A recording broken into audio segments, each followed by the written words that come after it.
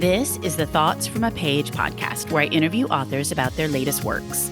My name is Cindy Burnett, and I love to talk about books. I can be found on Instagram and Pinterest at Thoughts from a Page, and I hope you'll connect with me either place. Today, I am interviewing Signe Pike.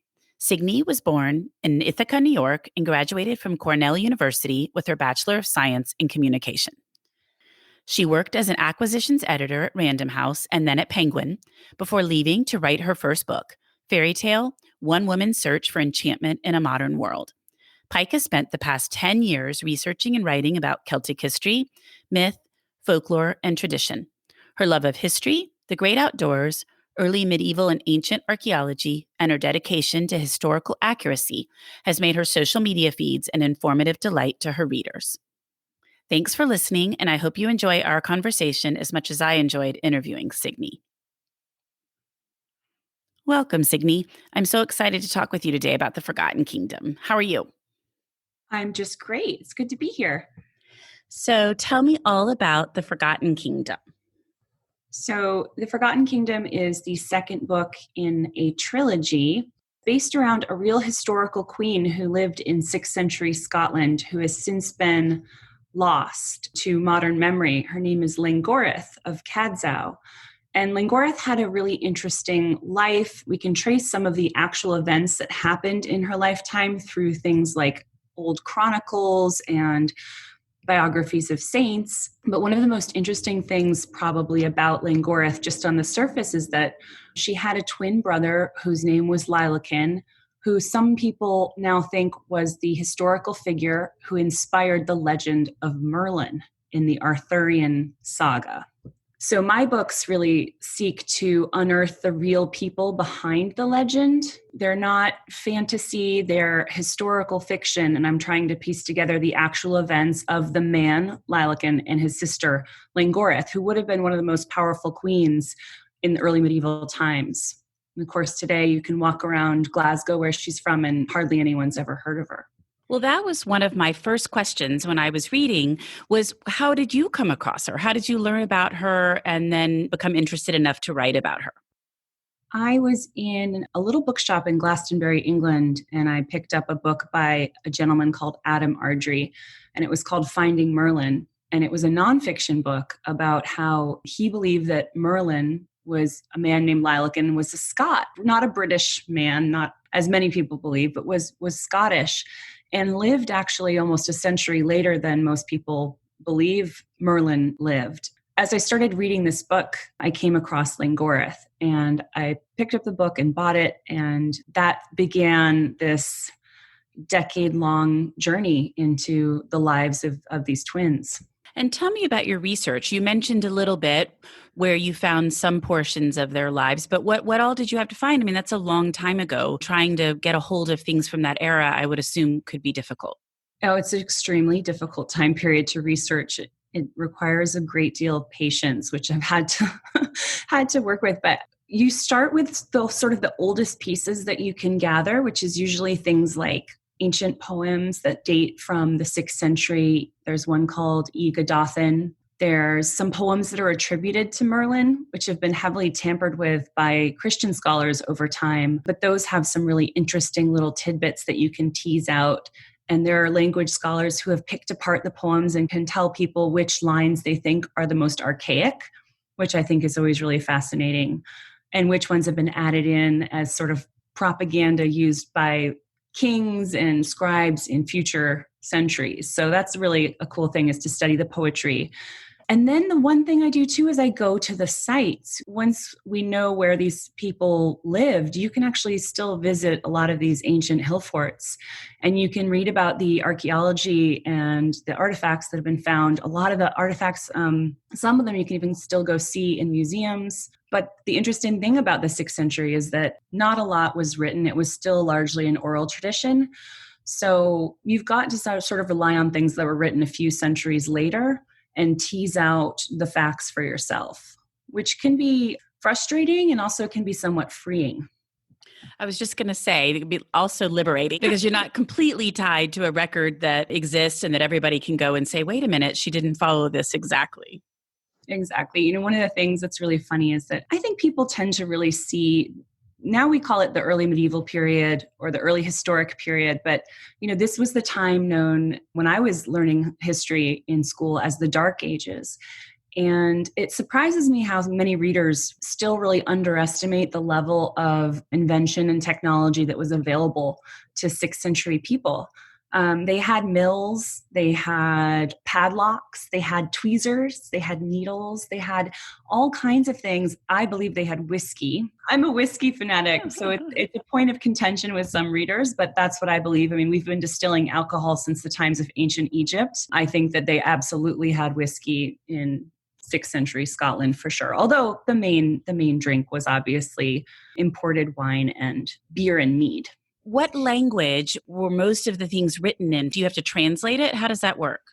Well, I've never taken any Latin. Most of the texts are written in Latin, appear in Latin. Some, like the Anglo-Saxon Chronicle, obviously that's in like the precursor to Old English. And then you find that when some of these hagiographies, like the biographies of saints, were being written of people who lived during my time period, like Saint Kentigern, who was the Bishop of Glasgow, and Columba, who's another really famous Christian figure from that time period. Some of these were earlier accounts they were working from were written in a really old form of Gaelic. But that was no longer seen when you get to the 10th century, that was really no longer seen as proper. It was seen as really sort of barbaric. And so then after that point, everything was written in Latin. But mostly I'm reading translations. I wasn't trained as a historian. I was trained as an acquisitions editor in New York City. I was a journalism major, communication major. I've just always loved history and always been really fascinated with it. So I've had to really learn as I go along. And yeah, I'm trying to learn some Welsh at this point, which is pretty exciting. That's interesting on the Latin. I guess it makes sense now that you say that, but I would have never guessed it. Mm-hmm. Mm-hmm. People have translated those things. So you can go and find the translations. And then, as you said, scholars have picked apart portions of it, what was original, what was probably added later, those types of things. It's amazing to see how different an interpretation can vary based on who the translator is something I've found. And there are some translators who, Rachel Bromwich is a really famous one who I think did a genius translation of a lot of old texts and saw things in a bit of a different way.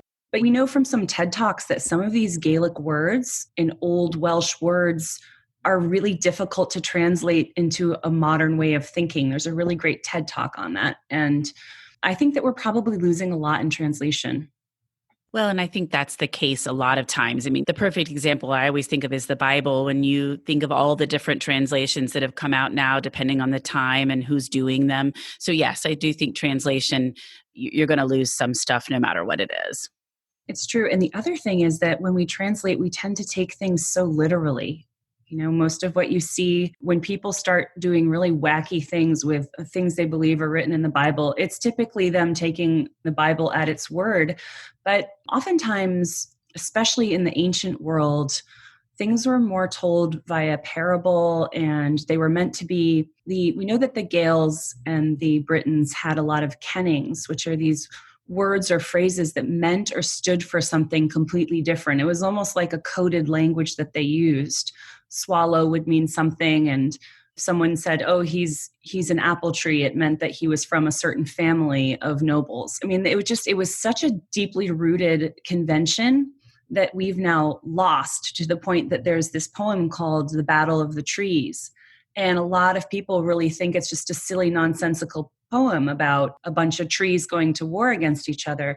But if you start to study the kennings or try to piece together what we know, you can tell that it seems to be a coded memory of a very important ancient battle. Oh, that's fascinating. Well, I always think that about English, though. I mean, if someone in the future was trying to translate some of the things we say, the idioms, the slang, I mean, it would make no sense at all. Exactly. Well, what do you hope your readers take away from your books? What a wonderful question. I feel like these books are an invitation to remember a time when we lived differently, when people lived a lot closer to the elements and treated the natural world very differently. But also in my books, I think that there's just this natural echo of things that happen even today. In this book, The Forgotten Kingdom, there's a lot to do with this idea that war is animate, that I call it sometimes in the book, the beast of war. And I think that we are not so far from that idea even today, this idea of good versus evil, and the way that some politicians can bring in light and other ones just can turn the world into complete and total darkness. I think that it's not very different now than it was 1,500 years ago in that regard. And so what I hope, I guess, readers can see is the parallels between the time that Langorith was living in and the times that we're living in, and the choices that she and her brother made to try to preserve an older way of being and believing. They, I think, were heroes of this way of being close to the earth and being close to the old gods and trying to care for the people and to protect fellow people against the Anglo invasions and losing their culture. I mean, they were sort of gatekeepers of protecting their culture from extinction. And I don't know that they fully succeeded. And so what I hope is that these books can resurrect the beautiful world in which they lived, and that we could, hold it up as a mirror to our own world and maybe make some important changes. Well, and that's such a shame that they are almost lost to history. I mean, thankfully, you found them and you're resurrecting them, but it's amazing how there can be some very important people and they don't make it through to the history books today. Yeah, and it's interesting in the world of Lilacin or Merlin, it was almost like he was loved to death because if he was a real man, we know Langorith was real. She was married to a historical king and their children descended from them, mentioned in various king lists and etc. But I guess we cannot prove the existence of her brother in the way that we could come closer to proving her existence. But if he was a real man, he lived in such a way that when he died, he was almost deified. And there are, it's not just me. Maybe I'm focusing more on bringing these historical figures to life. But gosh, think about how many writers over the centuries have been fascinated by the tale of Arthur and Merlin and the Round Table, and who have all put their own spin on it, so to speak. So, and I think I'm not innocent of putting my own spin on it for sure. There's so much that I have to create when I'm writing a 600-page book based on maybe 10 or 15 potentially historical events. But I think it's really interesting that Merlin he was so beloved that he became this godlike figure. And then, of course, we live in an age now where so few people believe in a spirit world or a realm of gods or angels or anything that touches our own. And so he's just seen as an invention of fiction. It is fascinating to me how there will be people like Merlin that just capture imagination for centuries. That is literally a story that has been told for quite some time now. And you just wonder how it began. You can take somebody like Barack Obama, who is someone I admire so much. And if you were to cast him back into the 6th century mindset and see the changes he was able to bring about with some traditional Celtic drama thrown in, they attributed people with supernatural abilities who they admired. And the stories just grew and grew. It was one giant game of telephone, essentially, as these storytellers traveled from old fortress to old fortress, hall to hall. You could imagine how somebody like Barack Obama, 1,000 years from now, people would say, oh, he didn't exist. No one like that could have existed back then. I guess I just always wonder how it happens with one person and not with another, just the path that is followed. But that's the beauty of history. Yes, it's fascinating. And, we know that oftentimes history are tales told by the victors. That is a good point. And so that those stories are the ones that move on. Well, I am dying to ask you about being an acquisitions editor in the publishing industry and kind of what you did for that job and then how that impacted you writing your own books. Oh, it was such a beautiful and exciting time in my life. I had just graduated from school and was drifting around bartending on Nantucket and doing things like that. But I knew I wanted to be in the communication world.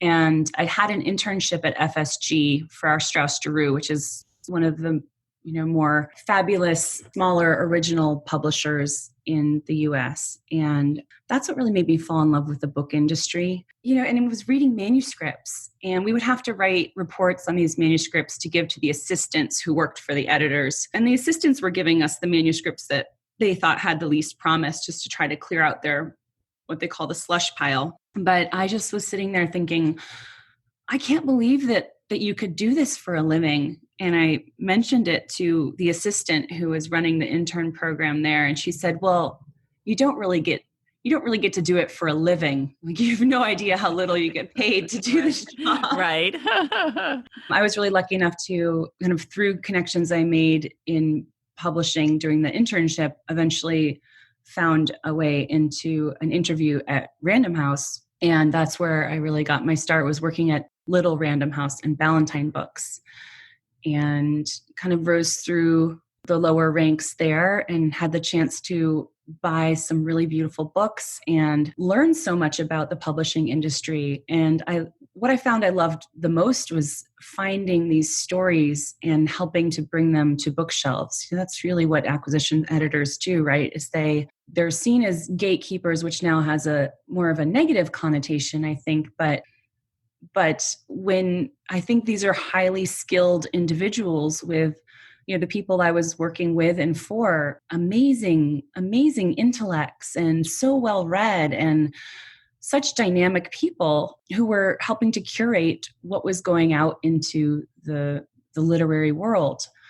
And so every person who was an acquisitions editor brought with them their own particular tastes that would help shape the list of the whole imprint. And it is such a fascinating apprenticeship style career to have. And I learned to edit from the editors that I worked under until I could edit myself and begin buying my own books. And then eventually I went over to Penguin just before they merged. This was a few years before they merged with Random House, and was working at Penguin, where I really had a lot more freedom to buy and could buy historical fiction, and I could buy some nonfiction titles. And it was just, I loved it. And I hated leaving it behind. But I sort of began to outgrow my life in New York. Everything felt too cramped and too difficult, and I just needed a change of scenery. So I ended up leaving and starting to write.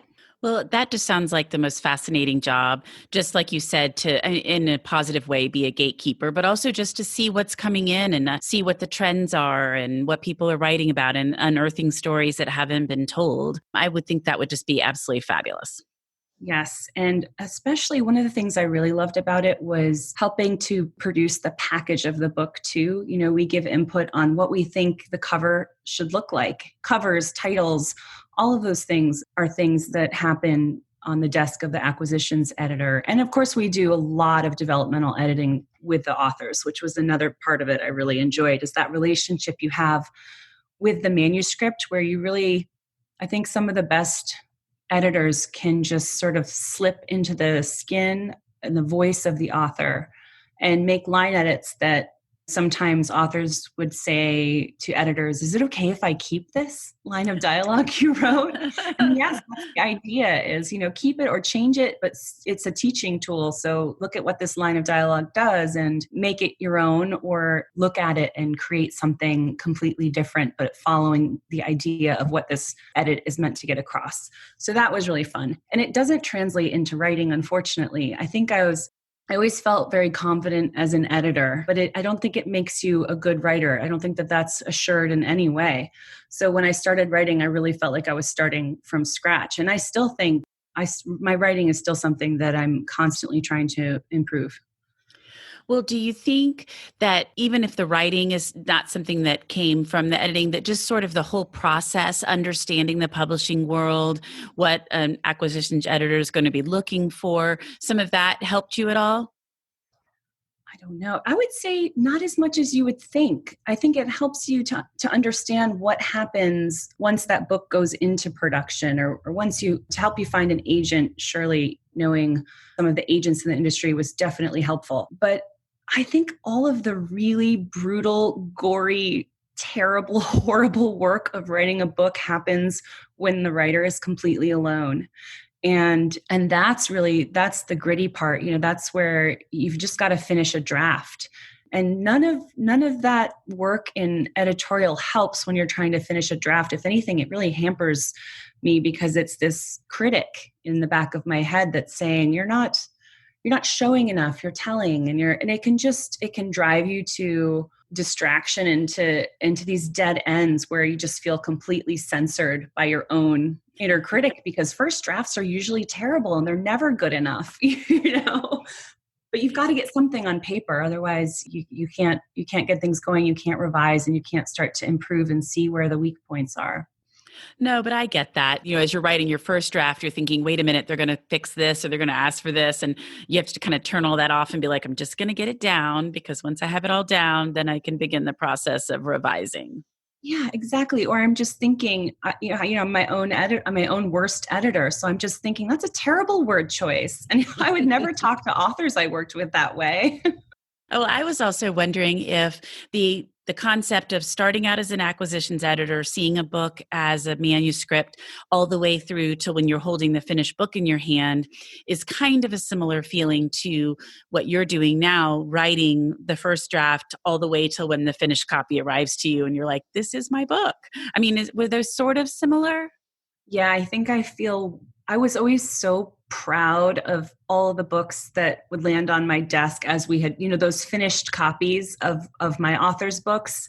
It's such a touching moment when you see that. But I would say it's even more intimate as the author. I'm glad I've experienced it because it becomes your child in a different way. I almost feel like the editor is sort of the loving step parent, and they may really love their child, but they're never going to really, really know what it was like to give birth to that baby. And I think that that's the main difference, is that I do feel like I have one human son and now I've got 3 book babies out in the world, and they're all different. And, none of them are perfect, but I'm proud of them all.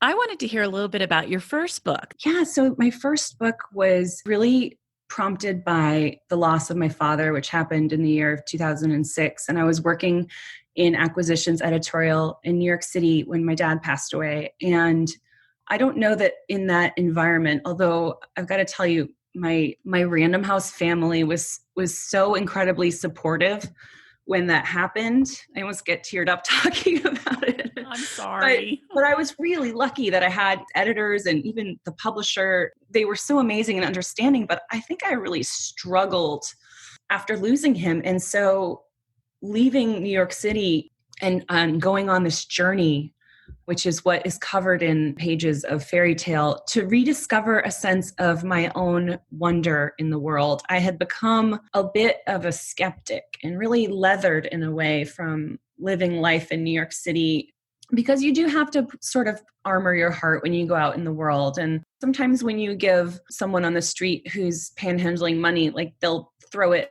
at your back if it's not all quarters or something, and hit you with coins and pelt you with coins in the middle of the day. And it's a really different kind of place. And I think it wasn't working for me anymore. And I couldn't really drag myself out of this grief. And at the same time, there was this woman living in my apartment building who was very whimsical, airy-fairy kind of woman. And she told me that I was surrounded by fairies. And she said that the fairies loved my apartment and that they were always in there. And I lived in this pre-war building, this 500 square foot room. Oh, it's probably smaller than that. I don't even know. It was super small. And I thought it was really interesting that this woman in her, early 50s lived in New York City and in this very concrete world, and yet had retained or rediscovered this really whimsical belief. And of course, I didn't believe her that there were fairies in my apartment, but I started to think it would be a really neat experiment for someone who was inclined to go out into the world and try and see if they could find other people who believed, and see if they could encounter, if people believe in fairies, could I encounter one myself? So that little book, it really changed the way that I live and the way that I see the world. I had the most incredible adventures. I did experience things in the end that I couldn't necessarily explain. And it really did change the way that I function even to this day. Although I will say I wrote it in 2009. So it's been 10 or 11 years since I went on that journey. And I've since been over to Scotland and Ireland bunches of times, especially Scotland, researching the Lost Queen series, and have become much more of a critical thinker and more of a scholar than I was when I wrote that book. So I do feel like, in a way, I read that book, and I still love it, but I sort of wince at some of the airy fairiness of it in a certain way, because I was 11 years ago, and so much has happened in my life since. But it's a beautiful starting off point to sort of look at the beginnings of where we are today with what's left of Celtic belief, and it traces it back by the end to the roots of where fairies came from. And they really are modern memories of ancient gods, ancient Celtic gods. I've always been fascinated with the idea of fairies, so I really look forward to reading that. Oh, good. Well, thank you. And I hope you enjoy it. Weird things happen to people. I'll warn you, Cindy, when you start reading that book. I get a lot of letters still, and people start finding feathers when they're walking around on the sidewalk, and just weird things. So not bad things. You don't need to be creeped out, but I'll be looking over my shoulder the whole time. People be like, what is going on with her? It sounded very entertaining and interesting, and I love memoirs, so I look forward to it. oh, thank you. Now, have you started working on the last book in the trilogy, or are you just enjoying right now the Forgotten Kingdom heading out into the world? Yeah, it's hard to work on that really intense creative process when you're also preparing to send your kid off to kindergarten. The Forgotten Kingdom is going out into the world, and so it's a whole different type of energy. One, the creative is so deeply internal, and speaking about the book and doing Zoom calls and being in front of people and having to put on makeup and clothing is all just a whole different thing. And it's difficult to do the two at once. So yeah, I haven't really started. And the other reason is because book 2 really was a struggle for me. It took a lot out of me to finish this book and to get the story right.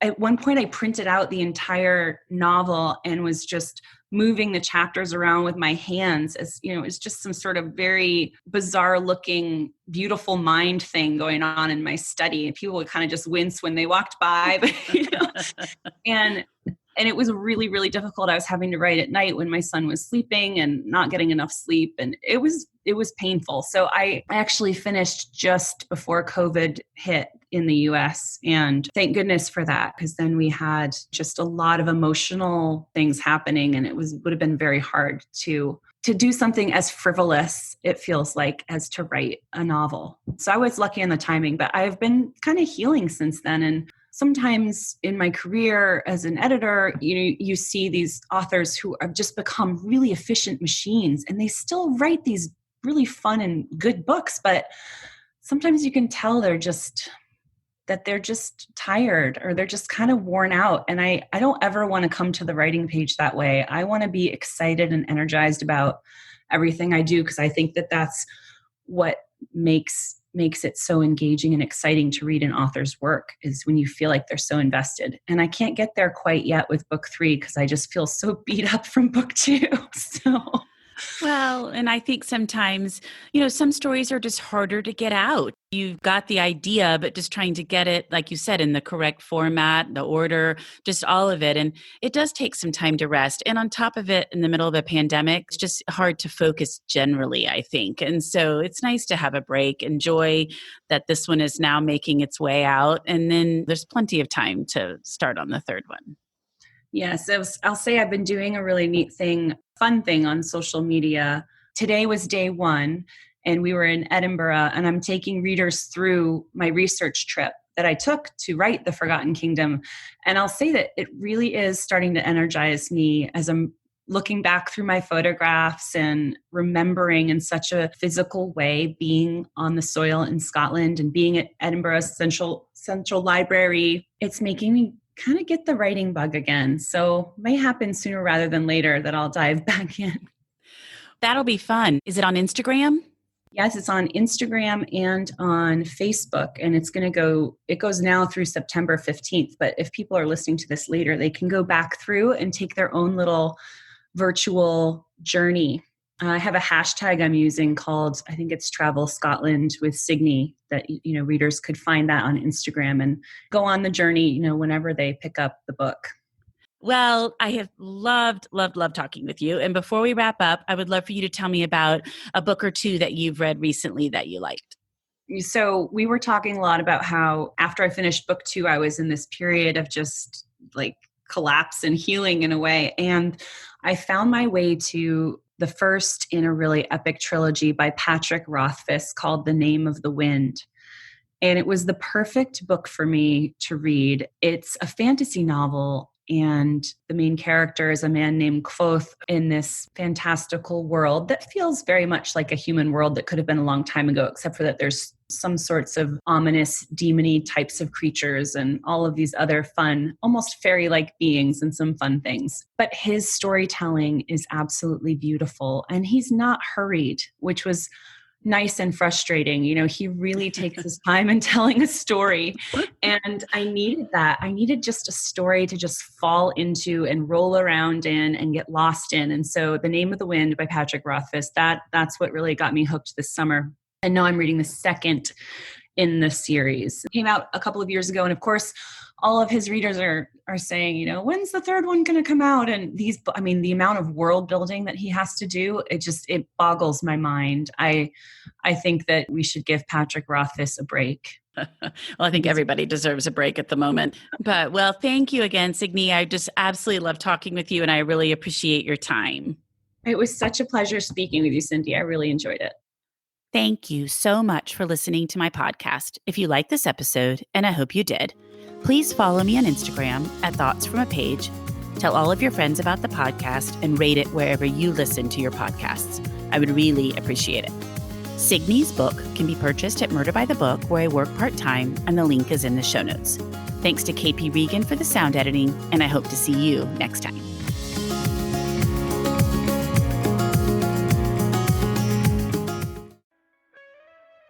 Hear Her Sports is a podcast for everyone who loves stories by and about women striving to improve and make a difference in their lives. I am your host, Elizabeth Emery, a former professional cyclist. In every episode, I introduce a female athlete or woman in the business of sport through a thoughtful conversation about who they are and the terrific work they're doing. My guests and I explore the glorious and frustrating issues in sports, history, equity, training, nutrition, and so much more. Join us for inspiration, for community, and for love of being a strong, athletic woman.